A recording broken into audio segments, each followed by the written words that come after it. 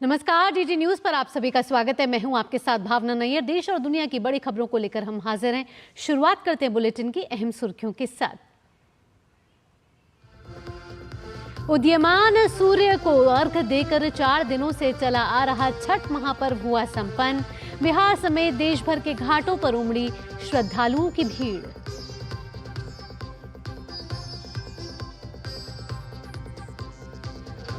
महाराष्ट्र के महासंग्राम में आज उतरेंगे प्रधानमंत्री मोदी। धुले और नासिक में होगी रैली। अमित शाह समेत महायुति और महाविकास अघाड़ी के दिग्गज भी ठोकेंगे ताल।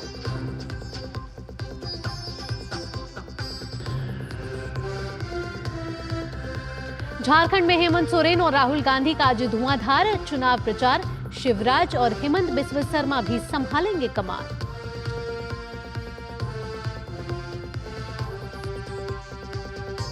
अलीगढ़ मुस्लिम यूनिवर्सिटी के अल्पसंख्यक दर्जे पर फैसला आज। 7 जजों की संविधान पीठ कर रही है सुनवाई।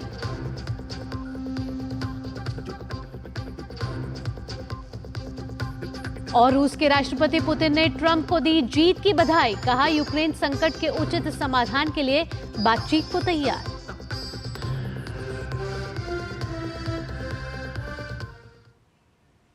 बुलेटिन में सबसे पहले बात करेंगे महापर्व छठ की।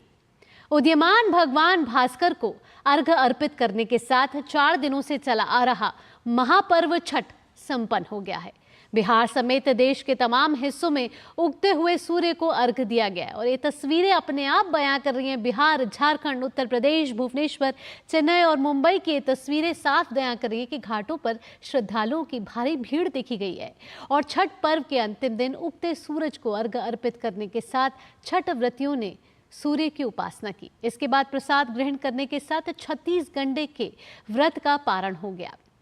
नहाय खाए से शुरू होने वाले ये पर्व आज संपन्न हुआ है। बिहार के पटना, झारखंड के रांची, उत्तर प्रदेश के गोरखपुर, ओडिशा के भुवनेश्वर, तमिलनाडु के चेन्नई और महाराष्ट्र के मुंबई में उगते सूर्य को अर्घ्य देने के साथ ये पर्व संपन्न हुआ। छठ का व्रत संतान की लंबी उम्र और उनके खुशहाल जीवन के लिए रखा जाता है।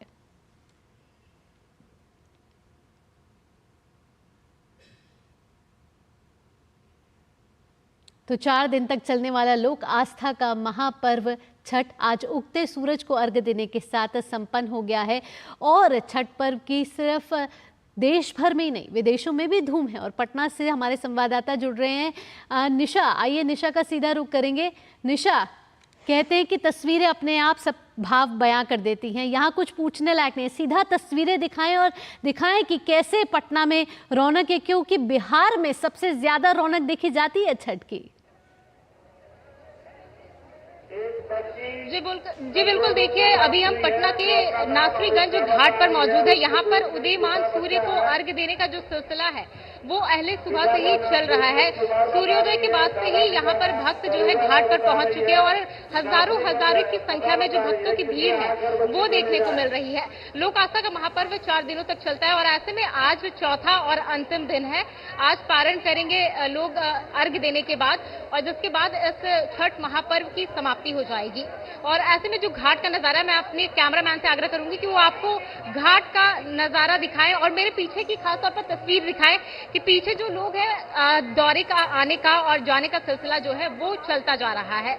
जी, साथ ही साथ अगर छठ महापर्व की मान्यताओं की बात करें तो मान्यताएं जो हैं इसके साथ कई जुड़ी हुई हैं। संतान की समृद्धि के लिए ये व्रत रखा जाता है और कहीं ना कहीं छठ के साथ संगीत का भी एक बड़ा ही महत्व है, बहुत ही बड़ा जुड़ाव है। ऐसे में जब व्रतियां अपना व्रत खोल रही हैं अर्घ्य देने के साथ, ऐसे में क्या कुछ गीत भी गाए जा रहे हैं, कुछ भजन गाए जा रहे हैं? जी बिल्कुल भावना, देखिए जैसा आपने संगीत कहा तो अभी शारदा सिन्हा के निधन के बाद से हालांकि पूरे माहौल में शोक व्यक्त है, लेकिन इसके बावजूद शारदा सिन्हा के जो गीत हैं वो छठ घाट पर बहुत ही ज्यादा सुनने को मिल रहे हैं। एक तरफ ढोल नगाड़ों की गूंज और दूसरी तरफ शारदा सिन्हा के गीत से पूरा छठ घाट गुंजायमान है। और आपने कहा कि मान्यता की बात, तो बिल्कुल छठ एक ऐसा पर्व है जिसमें मान्यताओं की ही अंबार एक तरह से कह सकते हैं कि लगी रहती है। इसमें इतनी नेम निष्ठा के साथ इस व्रत को किया जाता है। छठ व्रती नहाय मिठाई के साथ इस महाअनुष्ठान की शुरुआत करते हैं। अगले दिन खरना का प्रसाद ग्रहण करते हैं और फिर कल डूबते सूर्य को अर्घ्य अर्पण करने के बाद आज उदीयमान सूर्य को अर्घ्य दिया जाता है। जी, छठ घाटों पर काफी श्रद्धालु भी नजर आ रहे हैं, लेकिन काफी ज्यादा भीड़ होने की वजह से हम वहां तक नहीं पहुंच पा रहे। जी निशा, तो लगातार आप तस्वीरें दिखा रही हैं कि किस तरीके से घाटों पर रौनक है और गजब का उत्साह श्रद्धालुओं में इस समय देखने को मिल रहा है। निशा, आगे भी आपसे अपडेट लेते रहेंगे, आगे भी आप तस्वीरें साझा करती रहिएगा। फिलहाल इन सभी तस्वीरों के साथ आपका बहुत बहुत धन्यवाद। जी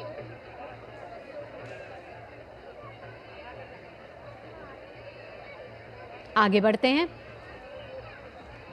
और हमारे साथ छठ महापर्व पे जमशेदपुर में किस तरीके का माहौल है, आइए सीधा लिए चलते हैं आपको कुमार आलोक के पास और वहां जानते हैं कि किस तरीके का उत्साह आज छठ महापर्व के समापन पर देखने को मिल रहा है। कुमार आलोक, सुप्रभात। आज अलग ही छठ की छटा नजर आ रही होगी घाटों पर और श्रद्धालुओं में, किस तरीके का नजारा है वहां पर। 36 घंटे का निर्जला व्रत है ये, उसके बाद जब व्रतियों ने अपना व्रत खोला है, ऐसे में परिवार साथ होगा, संगीत बज रहा होगा, नज़ारे आप अगर हमें दिखा पाएं।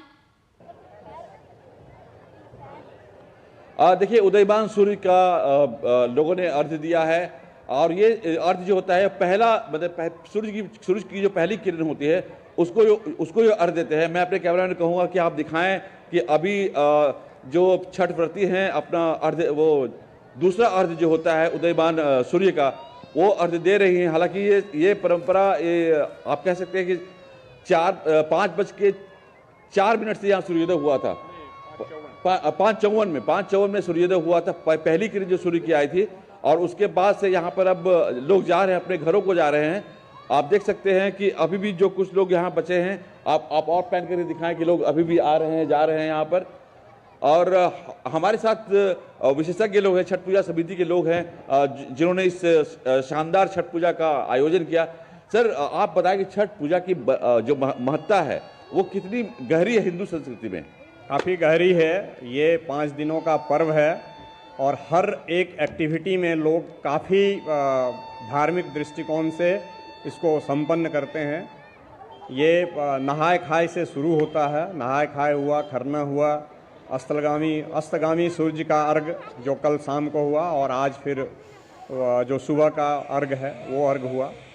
ये काफ़ी मतलब हमारा सांस्कृतिक जो है बिहार, उत्तर प्रदेश और अभी तो ये हर जगह, कल ही हम लोगों ने देखा कि लंदन में भी जो है सो ये छठ व्रत का लोग किए हैं। इसका वैज्ञानिक महत्व बताएं आप।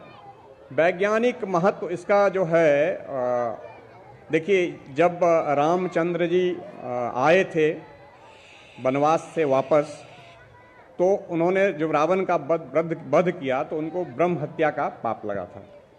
तो उस पाप को धोने के लिए कुमार, तो कहीं ना कहीं छठ महापर्व का पौराणिक महत्व भी है और लगातार हम देख रहे हैं कुमार कि किस तरीके से घाटों को दुल्हन की तरह सजाया गया है।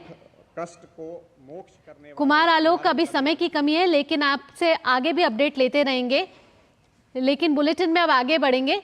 बुलेटिन में अब आगे बढ़ते हुए बात करेंगे महाराष्ट्र और झारखंड के चुनावी महासंग्राम से जुड़ी खबरों की। महाराष्ट्र में चुनाव प्रचार ने जोर पकड़ लिया है और प्रधानमंत्री नरेंद्र मोदी आज धुले से अपने चुनाव प्रचार अभियान की शुरुआत करेंगे। इसके बाद नासिक में एक विशाल जनसभा को संबोधित कर एनडीए के हक में माहौल बनाएंगे। प्रधानमंत्री मोदी अगले एक हफ्ते में महाराष्ट्र में ताबड़तोड़ रैलियां करने वाले हैं। आपको बता दें कि महाराष्ट्र की 288 विधानसभा सीटों के लिए 20 नवंबर को एक ही चरण में मतदान होगा और नतीजे 23 नवंबर को घोषित किए जाएंगे। आज केंद्रीय मंत्री अमित शाह भी महाराष्ट्र में 4 जगहों पर जनसभा को संबोधित करेंगे। वे शिराला, कराड दक्षिण, सांगली और इचलकरंजी विधानसभाओं में जाकर जनसभा में हिस्सा लेंगे। महाराष्ट्र में महायुति के नेता भी आज धुआंधार चुनाव प्रचार करेंगे। शिवसेना नेता और मुख्यमंत्री एकनाथ शिंदे, एनसीपी के अजीत पवार और बीजेपी नेता देवेंद्र फडणवीस भी गठबंधन के पक्ष में रैली करेंगे। वहीं महाविकास अघाड़ी ने भी चुनावी गारंटी की घोषणा के बाद से अपनी रणनीति को धार दे दी है। आज शरद पवार, उद्धव ठाकरे समेत गठबंधन के तमाम नेता अपने चुनावी वादों को रैलियों के जरिए दोहराएंगे।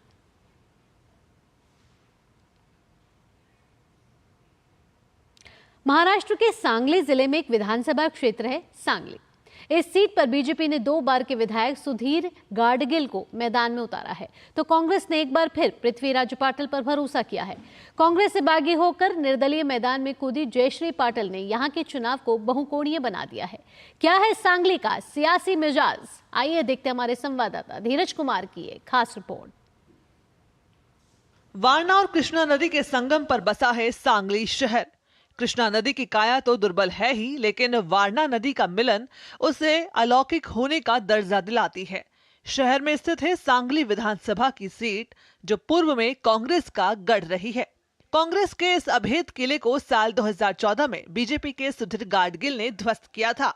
सुधीर पीएनजी ज्वेलर्स के मालिक हैं और सियासत के सधे हुए खिलाड़ी भी, जो लगातार 2 बार के विधायक हैं और तीसरी बार चुनावी शंखनाद में कूदे हैं। बीते 5 साल के कार्यकाल में इन्होंने अपने विधानसभा में सांगली इस्लामपुर हाईवे, साथ ही 109 साल पुराने इरविन ब्रिज के समानांतर ब्रिज का निर्माण, हरिपुर में पुल, विश्राम बाग और चिंतामणि नगर में ऐसे ही अनेकों विकास कार्य करवाए हैं। इसके साथ ही ये अपने क्षेत्र में 4000 करोड़ की निधि से विकास कार्य कराने का दावा भी करते हैं। सांगली जिले में एक बड़ा कोई उद्योग आए, इसके लिए हम प्रयत्न करेंगे। उसके वजह से एंसिलरी और कुछ अपने तैयार होंगे और यहाँ के युवकों को हाथ को काम मिलेगा। ऐसा ही है कि ये अभी तक छूटा जो काम है वो पूरा अगले 5 वर्ष में ही करना है। कांग्रेस के कद्दावर प्रत्याशी पृथ्वीराज पाटिल 2019 में सांगली सीट से 7000 मतों के अंतर से हार का स्वाद चख चुके हैं। जनता के जज्बातों को टटोलने में माहिर पृथ्वीराज क्षेत्र में सिर्फ पुल के निर्माण को विकास नहीं मानते। कृष्णा नदी की सफाई, शहरी लोगों को शुद्ध पेयजल और उत्तम सड़कें और साथ ही शहर में एयरपोर्ट का निर्माण जैसे मुद्दों के साथ सांगली की फिजा बदलने का दावा भी करते हैं। जनता मेरे काम पे खुश है, मेरे संपर्क पे खुश है और बगावत होते हुए भी मेरा इतना कॉन्फिडेंस है कि आम जनता मुझे सपोर्ट करेगी, मुझे चुन के देगी। वहीं कांग्रेस से बागी बनकर मैदान में ताल ठोकने उतरी जयश्री पाटिल अपने पति की सियासी जमीन पर सांगली की सियासत को आंच दे रही है। जयश्री पाटिल लोकसभा सांसद विशाल पाटिल की भाभी और दिवंगत राज्य मंत्री प्रमुख कांग्रेस नेता मदन पाटिल की पत्नी है। जयश्री महिलाओं के मुद्दे को लेकर के मैदान में है। इस इलाके में बहुत सी समस्या है, साफ सुथरा पीने का पानी और महिलाओं के लिए घर बैठे काम चाहिए और इधर इंडस्ट्री भी नहीं है, तो एयरपोर्ट ड्राईपोर्ट इधर चाहिए। इसके वास्ते इंडस्ट्री भी बढ़ जाएगी और महिलाओं के लिए ज़्यादा से ज़्यादा मुझे काम करना है। महाराष्ट्र की सियासत में सांगली पैटर्न की खूब चर्चा होती है। जब लोकसभा चुनावों में अपनों ने ही अपनों का खेल बिगाड़ा था। अब देखना होगा कि विधानसभा चुनाव शुरू होने से पहले तीसरी बार मैदान में नहीं उतरने की घोषणा करने वाले सुधीर दादा सांगली पैटर्न का शिकार बनते हैं या बाजी मार जाते हैं। खतरा कांग्रेस के पृथ्वीराज पाटिल को भी कम नहीं है। फैसला 23 नवंबर को होना है। भाजपा प्रत्याशी के पास विकास का ब्लूप्रिंट है, तो कांग्रेस प्रत्याशी भी बीते 5 सालों से जनता के नब्ज टटोलने में जुटे हैं। अब देखना है यहाँ की जनता क्या फैसला लेती है। कैमरामैन सुमित धीमान के साथ धीरज कुमार, डीडी न्यूज, सांगली। महाराष्ट्र के साथ साथ बात कर लेते हैं झारखंड के रण की भी। झारखंड में सरकार बनाने और बदलने की जंग तेज हो गई है। कांग्रेस नेता राहुल गांधी आज सिमडेगा और लोहरदगा में चुनावी रैली करेंगे। झारखंड के भाजपा प्रदेश अध्यक्ष और पूर्व मुख्यमंत्री बाबूलाल मरांडी फतेहपुर और सतगावा में चुनावी रैली करेंगे। अगले 3 दिनों में चुनाव को लेकर आक्रामक प्रचार दिखेगा। झारखंड में प्रचार वार अब चरम पर पहुंचता दिख रहा है। ऐसे में जब अब पहले चरण के चुनाव प्रचार के लिए काफी कम समय बचा है, तो सभी दलों ने अपने अपने स्टार प्रचारकों को चुनावी रणभूमि में उतार दिया है, जिसकी झलक अगले 3 दिनों तक झारखंड के शहरों से लेकर कस्बों तक दिखाई पड़ेगी। राज्य के सर्वोच्च पंचायत विधानसभा में पहुंचने के लिए सभी प्रत्याशी राज्य के 81 विधानसभा क्षेत्रों में वोटरों से जनादेश मांग रहे हैं। स्टार प्रचारक भी उनके पक्ष में माहौल बनाने में जुटे हैं। एनडीए और इंडी गठबंधन के बीच अगले 3 दिनों तक आक्रामक प्रचार की पृष्ठभूमि तैयार हो गई है। प्रधानमंत्री इस महीने दूसरी बार 10 नवंबर को झारखंड पहुंचेंगे और गुमला, बोकारो में चुनावी जनसभा को संबोधित करेंगे। रांची में उनका एक रोड शो भी होगा। आजादी के बाद पहली बार कोई प्रधानमंत्री इस चंदन क्यारी की मिट्टी में कदम रखेगा। आजादी के बाद कई एक बड़े काम प्रधानमंत्री ने किए हैं। प्रधानमंत्री आ रहे हैं, लाखों की संख्या रहेगी, संबोधन होगा। इसके एक दिन पहले 9 नवंबर को केंद्रीय गृह मंत्री छतरपुर, हजारीबाग और पोटका में एनडीए के पक्ष में चुनाव प्रचार करेंगे। साथ ही जमशेदपुर में उनका रोड शो भी होगा। इतना ही नहीं, 4 राज्यों के सीएम भी विभिन्न स्थानों पर हुंकार भरेंगे। इधर इंडी गठबंधन भी प्रचार में दम दिखाने को तैयार है। कांग्रेस, झामुमो और राजद के स्टार प्रचारक भी आने वाले 3 दिनों में राज्य का तूफानी दौरा करेंगे। कांग्रेस के राष्ट्रीय अध्यक्ष मल्लिकार्जुन खड़गे जहां 11 नवंबर को मनिका आ सकते हैं, वहीं राहुल गांधी 8 नवंबर को सिमडेगा, लोहरदगा और जमशेदपुर में चुनाव प्रचार करेंगे। 9 नवंबर को श्री गांधी की बरही और बागवाड़ा में भी जनसभा प्रस्तावित है। नेहरू गांधी परिवार को हमेशा प्यार दिया है और आज तो ज्यादा जरूरत है, और आज जितना वो चाहते होंगे उससे भी ज्यादा बेहतर तरीके से वो रिस्पॉन्ड करेंगे। और राहुल गांधी जी फ्राइडे को 2 बजे यहाँ पर संबोधित करेंगे। झारखंड विधानसभा चुनाव को लेकर दावों और वायदों की बौछार हो रही है। स्टार प्रचारक उम्मीदवारों की लोकतंत्र के मंदिर में पहुंचने की उम्मीद को संबल प्रदान कर रहे हैं। झारखंड में चुनावी घमासान लगातार तेज होता जा रहा है। पहले चरण में जिन 43 सीटों पर 13 नवंबर को मतदान होना है, वहां अब चुनाव प्रचार में आखिरी दाव खेलते हुए स्टार प्रचारक जनता को लुभाने का भरसक प्रयास करेंगे ताकि जनादेश के जरिए सत्ता की कुर्सी हासिल की जा सके। डीडी न्यूज के लिए रांची से मनोज और आसिफ के साथ मैं दिवाकर कुमार। झारखंड विधानसभा चुनाव में भवनाथपुर विधानसभा भी एक हाई प्रोफाइल सीट है। इस सीट पर बीजेपी और जेएमएम के बीच कड़ा मुकाबला है। देखिए भवनाथपुर विधानसभा से डीडी न्यूज संवाददाता सुमेश पटेल की एक खास रिपोर्ट।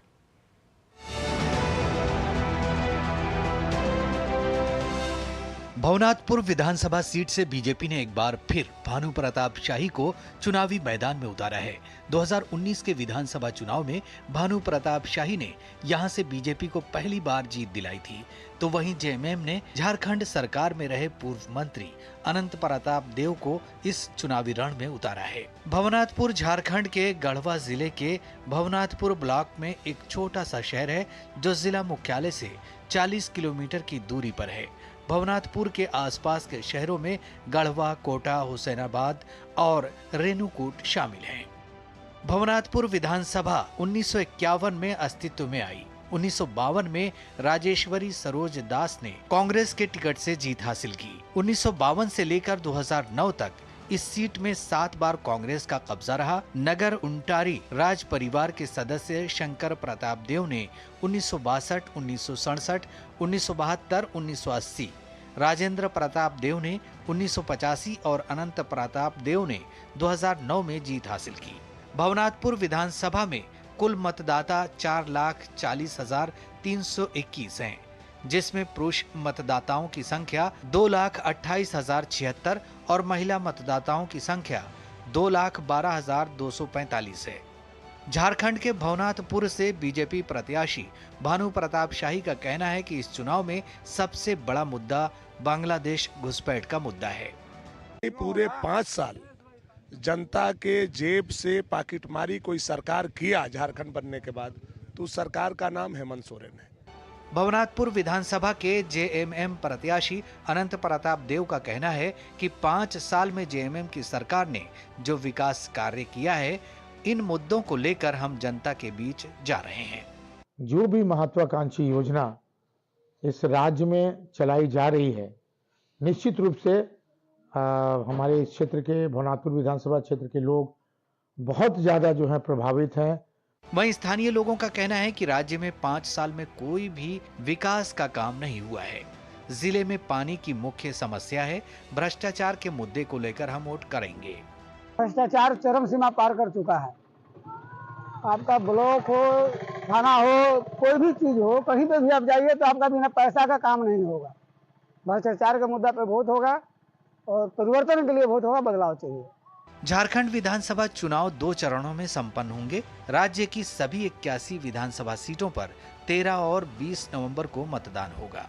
चुनाव में दोनों ही प्रत्याशी जीत का दावा करते हुए नजर आ रहे हैं। अब देखना दिलचस्प होगा कि भवनाथपुर विधानसभा में जनता किसके सर ताज सजाएगी।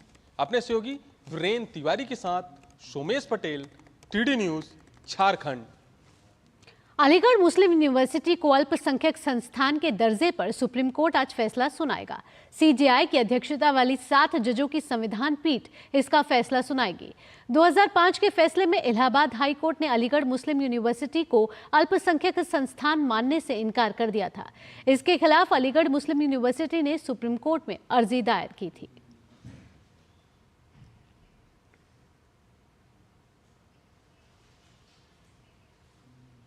मेधावी छात्र छात्राओं के लिए केंद्र सरकार की पीएम विद्या लक्ष्मी योजना को लेकर छात्रों और अभिभावकों में खुशी की लहर है। ओडिशा के छात्रों और अभिभावकों ने डीडी न्यूज के साथ साझा की अपनी ये खुशी। कई हमारे जो युवा वर्ग हैं वो लोग देश विदेश में आज भी जैसे उनका दबदबा बना हुआ है। अब कोई भी आप देश में कंट्री में जाएं, विदेश में कोई ना कोई भारतीय होगा, वो साइंटिस्ट हो सकता है, डॉक्टर हो सकता है, या और कोई भी अच्छे पद पदवी पे हैं।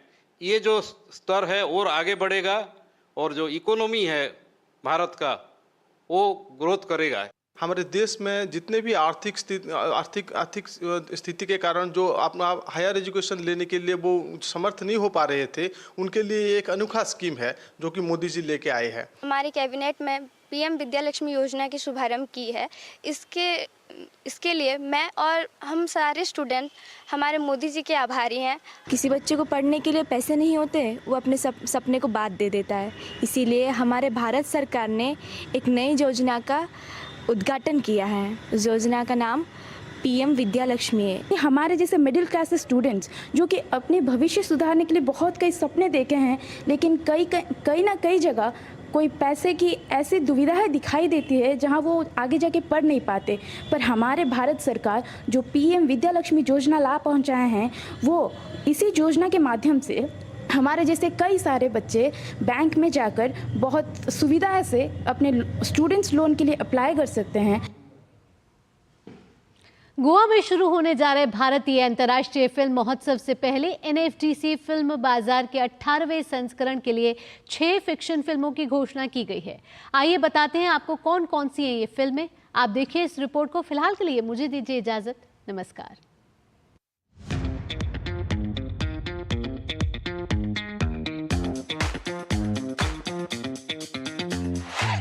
20 नवंबर से गोवा में भारतीय अंतर्राष्ट्रीय फिल्म महोत्सव यानी इफी शुरू हो रहा है। इसके साथ ही आयोजन होता है एनएफडीसी फिल्म बाजार का। फिल्म बाजार के 18वें संस्करण के लिए 6 फिक्शन फिल्मों की घोषणा की है, जिन्होंने इस साल इफी में वर्क इन प्रोग्रेस लैब के लिए आधिकारिक चयन में अपनी जगह बनाई है। इन चयनित फिल्मों में शामिल हैं त्रिवेणी राय द्वारा Nepali film shape of momos, Shaktidhar Bir की बंगाली फिल्म गांग शालिक, मोहन कुमार बलासला द्वारा तेलुगु फिल्म येरा मंदारम, रिदम जानवे की कड्डी नेपाली फिल्म काटी रीराटी, सिद्धार्थ बाड़ी की मराठी फिल्म उमल और विवेक कुमार द्वारा निर्देशित Hindi film the good, the bad, the hungry. इन 6 फिल्मों में से 5 युवा और उभरते फिल्म निर्माताओं की पहली फिल्में हैं। ये फिल्में न केवल विविध कथानायकों का खजाना दिखाती हैं, बल्कि सांस्कृतिक दृष्टिकोणों की एक समृद्ध परिप्रेक्ष्य को भी दर्शाती हैं। भारतीय अंतर्राष्ट्रीय फिल्म महोत्सव का 55वां संस्करण युवा फिल्म निर्माताओं पर अपना ध्यान केंद्रित कर उनकी अभिनव कहानी कहने और नए दृष्टिकोण को उजागर करने पर ध्यान केंद्रित कर रहा है। वर्क इन प्रोग्रेस लैब नाटकीय रिलीज के उद्देश्य से फिक्शन फीचर्स के लिए समर्पित है, जिसमें प्रत्येक वर्ष अधिकतम 6 फिल्मों का चयन किया जाता है। 2008 में अपनी स्थापना के बाद से वर्क इन प्रोग्रेस लैब ने उन फिल्मों को आकार देने में महत्वपूर्ण भूमिका निभाई है, जिनका प्रीमियर प्रतिष्ठित अंतर्राष्ट्रीय फिल्म समारोह में हुआ है, जो आलोचकों की प्रशंसा प्राप्त कर रहे हैं। फिल्म बाजार दक्षिण एशियाई फिल्मों को अंतर्राष्ट्रीय और राष्ट्रीय बाजार में बढ़ावा देता है। Bureau report, DD news.